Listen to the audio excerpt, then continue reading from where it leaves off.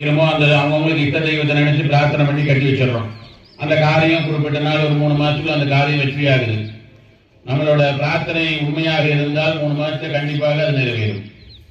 அந்த மாதிரி இந்த ஒரு காசு கொண்டு வர சொன்னதுக்கு காரணம் என்ன அப்படின்னு சொன்னா, எல்லாரோட குடும்பத்திலையும் கஷ்டங்கள் நிவர்த்தி ஆகணும், எல்லாரும் கொண்டு வந்து கொடுத்து எல்லாருக்கும் ஒரு மன நிம்மதி கிடைக்கணும், கோயில்ல அடுத்தடுத்தது நம்ம வைக்க காரியங்கள் எல்லாமே வெற்றியாகணும் அப்படின்னு சொல்லி தான் அது கொண்டு வர சொல்லி இருக்குது. அந்த காசுக்கு நமக்கு என்ன பண்ண போறோம்னா, அதுக்கு பூஜை பண்ண போறோம். என்ன பூஜை பண்றோம்னா, ஸ்ரீ சூக்தம் அப்படின்னு சொல்றது மகாலட்சுமி மந்திரம் சொல்லி அதுக்கு பிரார்த்தனை பண்ணி அதுக்கு ஒரு பூஜையை பண்றப்ப என்ன ஆகுதுன்னா, மகாலட்சுமி கடாட்சம் கிடைக்குது. அது என்ன பண்றதுன்னு கடைசியில நான் சொல்றேன். அந்த பூஜையெல்லாம் முடிஞ்சு பிறகு சொல்லுவேன். அதை என்ன பண்ணணுமோ அதை செஞ்சாங்க அப்படின்னு சொன்னா நம்ம அந்த கோவில் அடுத்த ஸ்டெப்பு நல்ல குயிக்கா எல்லாமே நடக்கும். அதனால எல்லாரும் நல்ல சுவாமியை பிரார்த்தனை பண்ணிக்கணும்.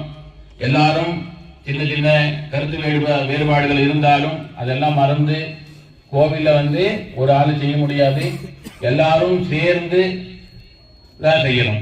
ஒரு கோவில் நம்ம உற்பத்தி பண்றோம் அப்படின்னு சொன்னா, உருவாக்குறோம் அப்படின்னு சொன்னா எல்லாரும் சேர்ந்து நம்மளால முடிஞ்சது. நம்ம பெருசா நம்ம நிறைய பணம் கொடுக்க முடியுங்க, கொஞ்சமாவது நம்மளால இயன்றது கொடுக்கணும். கொடுத்து எல்லாரும் ஒன்று சேர்ந்து சப்போர்ட் பண்ணி அந்த கோயிலை நல்லா உருவாக்கி